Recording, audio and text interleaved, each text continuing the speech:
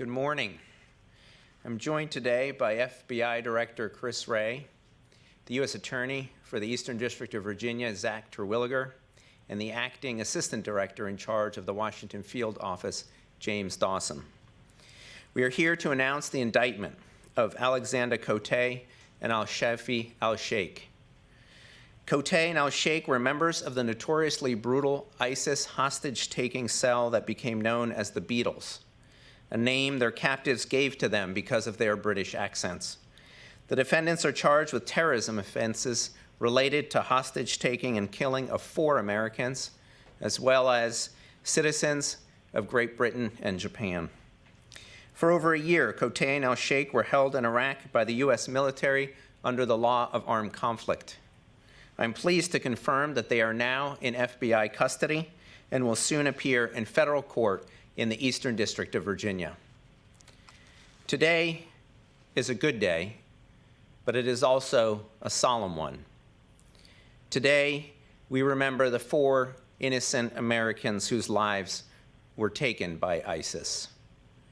James Wright Foley, Stephen Joel Sotloff, Peter Edward Kasich, and Kayla Jean Mueller.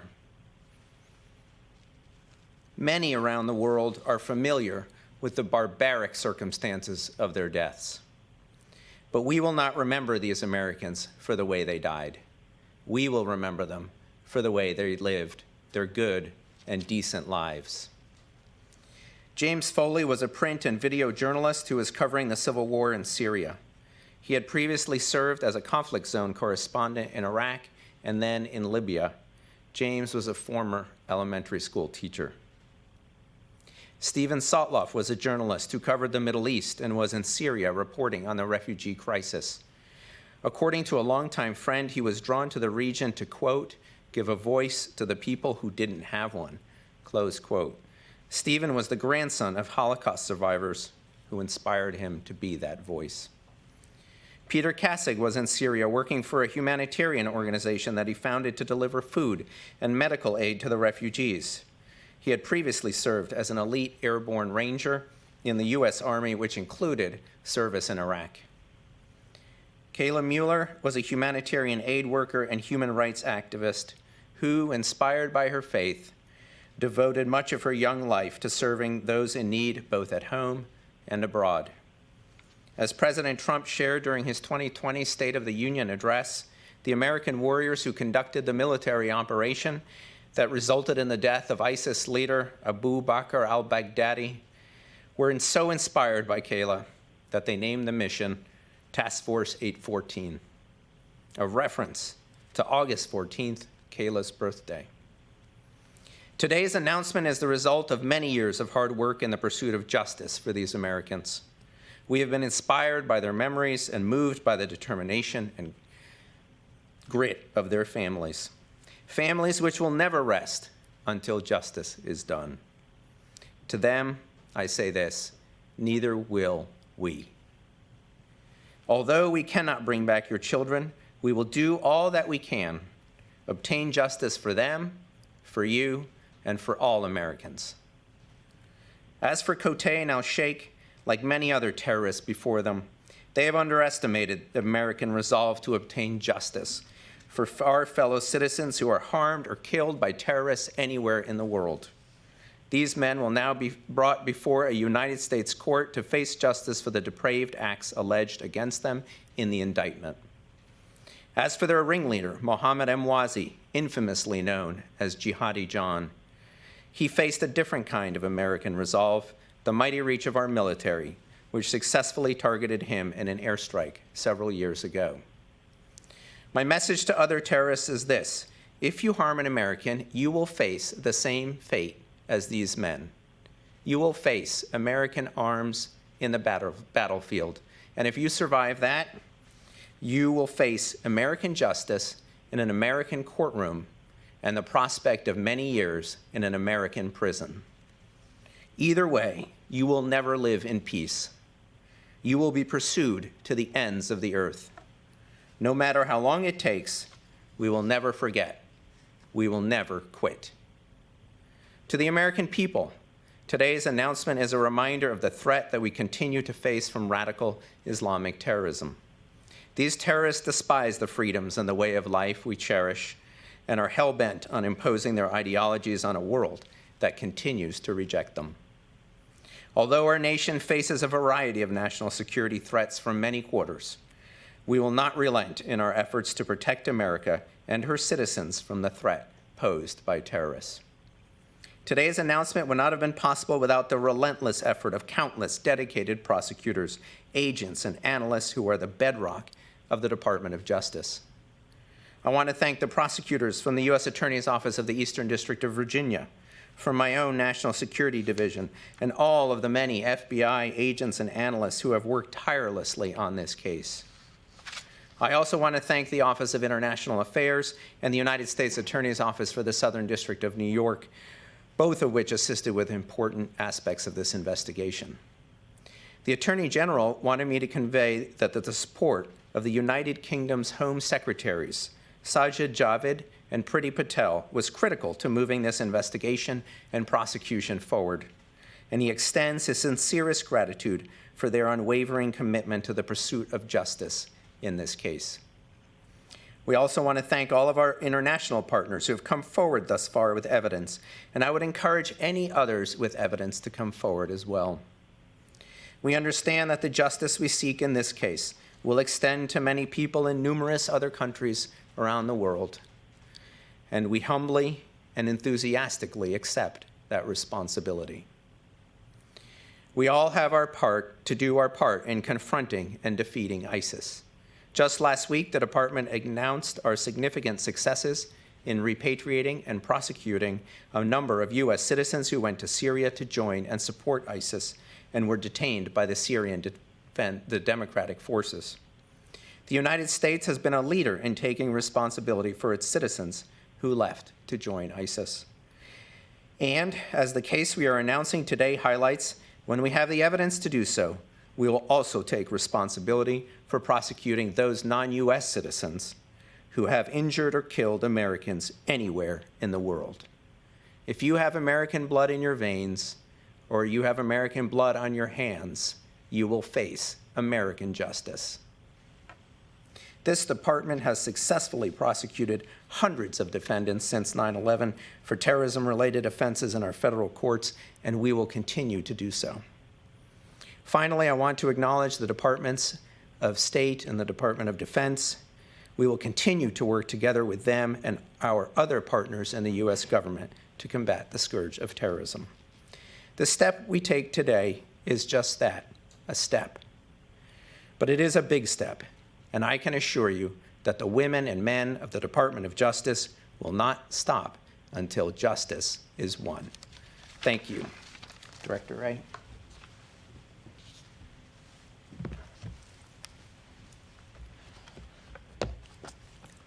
Good morning. Today's announcement makes clear once again that combating terrorism remains the FBI's top priority, and that the entire United States government remains committed to bringing to justice anyone who harms our citizens. We showed that resolve to the world last week by repatriating Americans who had traveled to Syria to support ISIS so that they will face charges here. And today we're demonstrating that resolve by bringing to our shores two men who left Britain to become ISIS terrorists.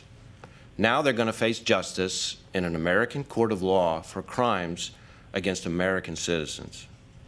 Not long after these terrorists were captured in 2018, the parents of their American victims wrote the following about their loved ones, and I quote, "One by one, our children were taken from us by the hateful criminals of the Islamic State.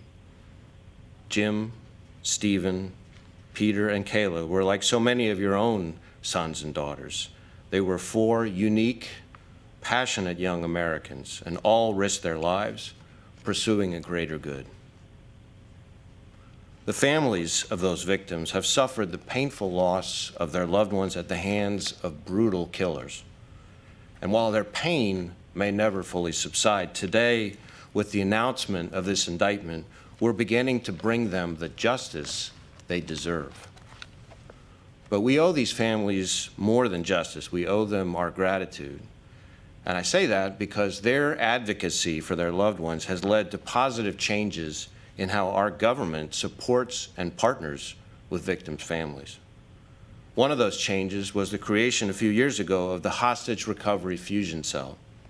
This multi-agency team, based at FBI headquarters, represents our government's unified approach to recovering American hostages abroad. Its single focus is to bring these hostages home safely and partner with their families in the recovery effort. A key part of that fusion cell is the family engagement team. That team not only coordinates support to family members of hostages during times of agony and uncertainty, it also supports hostages and families once the crisis is over. The FBI and our partners are working tirelessly every day to recover all U.S. hostages held abroad, and we won't rest until we see a similar resolution for justice against all those responsible for holding Americans captive, especially when those captives' lives are taken. Today, I want to also thank the men and women of the FBI and our domestic and international partners for their unflagging efforts to investigate, charge, and ultimately hold these two men responsible for their crimes. Over the course of this investigation and many others like it, these dedicated professionals put themselves at risk, conducting interviews and collecting evidence to build the cases that ultimately led us to where we are today, with these two men facing justice in the United States. Like Assistant Attorney General Demers, and based on conversations I've had on a number of occasions, including on the phone just this morning with the Attorney General, I know the Attorney General joins us in particularly thanking our British counterparts and our international partners in working with the United States to bring charges in our criminal justice system. We mourn not only our American victims, but also the British victims, David Haynes and Alan Henning, and victims of all nations who suffered unimaginable cruelty at the hands of ISIS. Let there be no doubt, the FBI, the U.S. government, and our partners remain vigilant in the fight against terrorism, including the threat from ISIS. Today, ISIS is still trying to radicalize people here in the United States and elsewhere through online propaganda and their global network of supporters. Their goal is to motivate people to launch attacks against Western targets wherever they are, using any means available. But as today's announcement shows, the FBI and our partners, both here and overseas, will continue to relentlessly pursue these terrorists and anyone who chooses to support terrorist organizations like ISIS, no matter where they are and no matter how long it takes. Now I'll turn things over to Zach Terwilliger, the U.S. Attorney for the Eastern District of Virginia, to provide a little bit more details about the indictment itself. Thank you, Director Wray. First, I want to thank Attorney General Barr for his steadfast leadership and support of this investigation and prosecution. Let me be very clear. This day does not happen without Attorney General Barr and his resolve and commitment to seeing that these individuals were brought to justice. As Director Wray mentioned, my name is Zach Terwilliger. I'm the United States Attorney for the Eastern District of Virginia, located just across the Potomac River in Alexandria. It's with a heavy heart that we're here today, and I wish we weren't. But if these alleged atrocities indeed happened, I'm proud to be here as a representative of the United States in our criminal justice system. As many of you are now aware, yesterday, an 8-count criminal indictment was returned in the Eastern District of Virginia that charged 2 alleged terrorists, Alexander Cote and Al-Shafi Al-Sheikh, with the following felony offenses: conspiracy to commit hostage-taking resulting in death, hostage-taking resulting in death, 1 count for each of the American hostages: James Wright Foley, Kayla Jean Mueller, Stephen Joel Sotloff, and Peter Edward Kassig. Count 6, conspiracy to murder United States citizens outside of the United States. Count 7, conspiracy to provide material support to terrorists in the form of hostage-taking resulting in death and murder. Count 8, conspiracy to provide material support to a terrorist organization. If convicted, the defendants face a maximum penalty of life in prison for each count of conviction. Pursuant to well-known protections provided by our constitutional republic in its system of criminal justice, Cote and El-Sheikh are presumed innocent unless and until proven otherwise. All that I'm about to recount now are allegations and can be found in the four corners of the 24-page indictment, which was unsealed just a moment ago. As stated in that charging document, these alleged terrorists both grew up in the United Kingdom, where they became radicalized.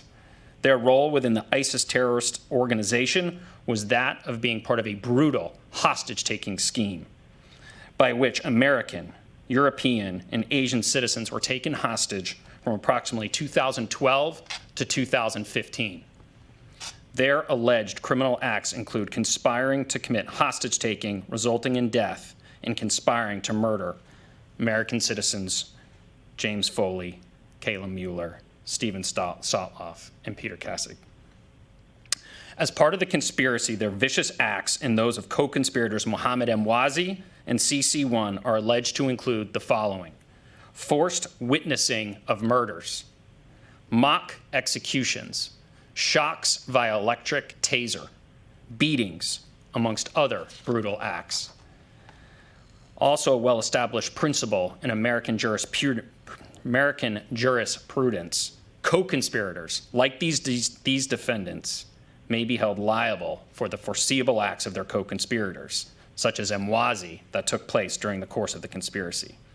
As stated in detail, Cote, El-Sheikh, Emwazi, and CC1 facilitated hostage-taking, ransom demands, abuse, and the murder of Americans, Europeans, and Asian citizens in order to further their terrorist agenda and that of ISIS.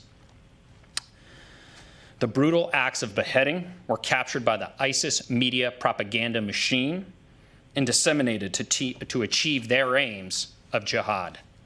Further, as detailed in the indictment, part of the alleged horrific conditions of confinement, the self-proclaimed leader of ISIS, Abu Bakr al-Baghdadi, also made it a point to repeatedly sexually assault American citizen Kayla Jean Mueller. As you know, al-Baghdadi was killed on or about October 26, 2019, in a United States military operation named in honor of Kayla and her birthday, August 14th, Operation 814. For these acts, these two alleged terrorists will now face the American justice system. Later today, we expect these defendants to make their initial appearance a few miles away in Alexandria, Virginia. At that hearing, they will be informed of the charges against them. They will be provided with counsel if they cannot afford it. They will receive medical care and be housed in a sanitary facility and be provided with 3 meals a day, all coupled with the due process of law. All things denied to James, Kayla, Stephen, and Peter, and the other British and Japanese victims named in the indictment. Like Director Wray, in preparation for today, I reviewed some prose that really captured what today is all about. And I quote, "They should be brought to America to face our justice system, and that is what our children would have wanted. Give them the fair trial that makes our nation great. That would be the best way to honor our children. Ensuring that truth and justice find their way out of this tragic story would mean that the Islamic State will never have the last word." Well, Diane and John, Paula and Ed, Marcia and Carl, and Shirley and Art. It's now a certainty. ISIS will not have the last word when it comes to your children. You will.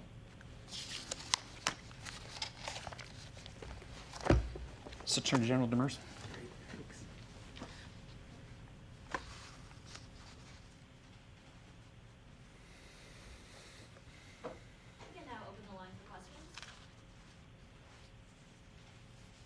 We will now begin the question and answer session. To ask a question, you may press star and then 1 on your touchtone phone. If you're using a speakerphone, please pick up your handset before pressing the keys.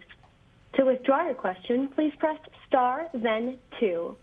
Please note that you will be limited to one question, and we do ask that you specify who your question is for. We will now pause momentarily to assemble our roster. Our first question today comes from Ryan Lucas with NPR. Hi, thank you for doing this. First question is, how important was the British evidence that the Justice Department has been, fighting for 5 years to try to get from the UK government, and would we be here today without it? And then what does this case say about the ability of the Justice Department to bring all terrorist cases to U.S. civilian courts for trial? So thanks, Ryan. I think we decided that if we were going to do this case, we were going to tell the fullest story we could of what these defendants did, and we were going to put on the strongest case possible. And with the British evidence, I think we can do that very well. As for your second question, as you know, the department has prosecuted hundreds of terrorists in federal court since 9/11. We have done so successfully. We've protected classified information when we've needed to, and we've gotten justice for many victims and many convictions. You can expect us to continue to do so.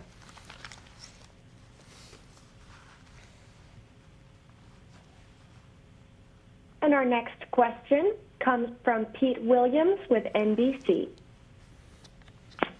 Thank you. Mr. Demers, can you tell us specifically what does the indictment allege that Cote and El-Sheikh did with regard to the 4 Americans? Sure, thanks, Pete. I think I'll turn that over to Zach on the indictment. Thank you, John. Thank you, Pete. Yes, I want to be very careful and stay to the 4 corners of the indictment. Pete, as you review that 24-page document, you will see that we have alleged a conspiracy regarding hostage-taking resulting in death. There are many allegations in that document. It's a speaking indictment, and I think what you will see is that their roles absolutely engaged in the facilitation, the ransom demands, and the abuse of hostages as alleged in that indictment. And as I stated, as you know, but our viewers may not, if you have multiple individuals in a conspiracy, you are liable for the foreseeable acts of your co-conspirator. So at that point, Pete, I think I will leave it at that. Always happy to talk later on about more specifics. And our next question comes from Daniel Bates with the Daily Mail. Hi, this is from Mr. Demers. I just wanted to seek reassurance that prosecutors will not be seeking the death penalty in this case. Obviously, that was one of the conditions of the sort of British intelligence providing assistance. But can you guarantee us that there won't be a U-turn and you won't be seeking the death penalty with this case? Thank you. Well, I think the Attorney General made that very clear in his letters to the Home Secretary that he decided, on balance, that we were not going to be pursuing the death penalty in this case, and that's where we are.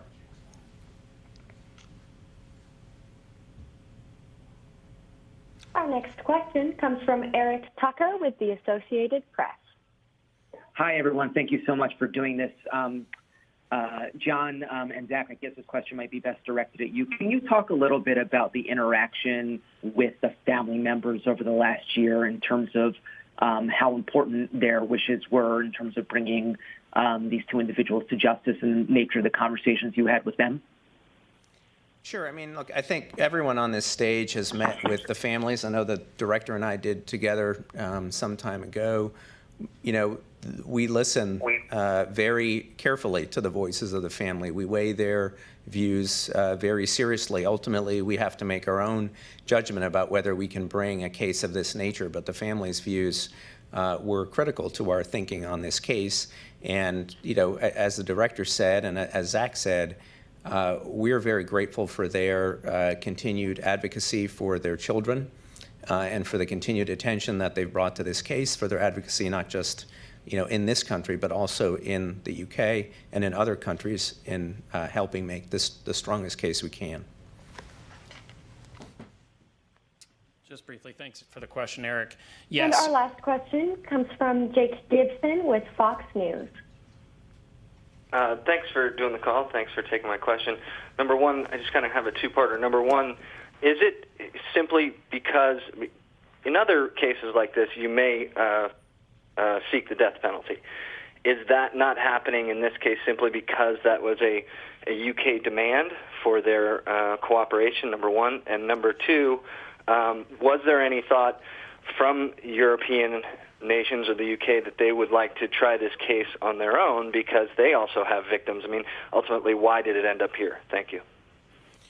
So thanks for the question. The decision at first of the department was to leave open the possibility to seek the death penalty.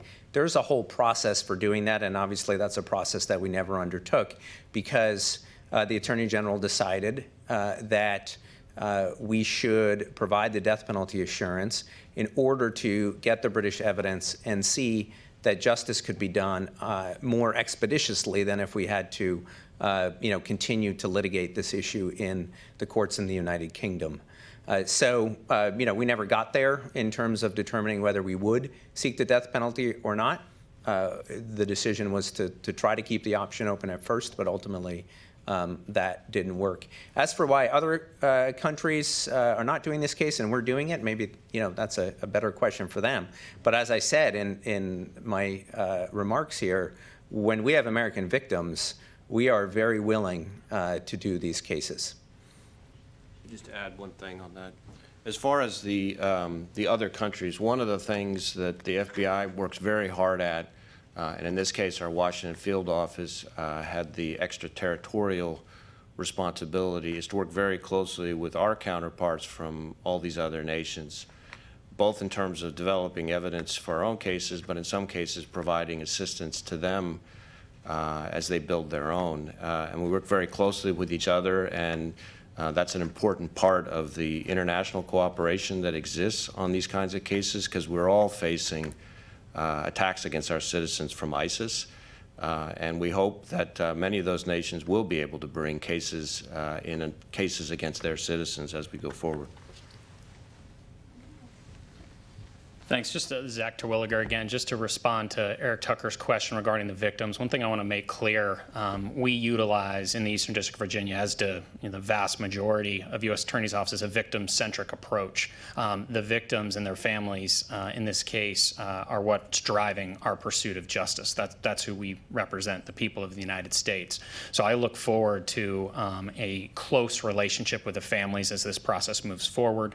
We actually have rights set out for victims' families under the Crime Victims' Rights Act. And we have special personnel who will be liaisons between them and our office. And I look forward to the opportunity to spend more and more time with them as we move forward and seek justice on behalf of their children. This now concludes the Department of Justice press conference. Thank you for calling in. Operator, you may now disconnect. The conference has now concluded. Thank you for attending today's presentation. You may now disconnect.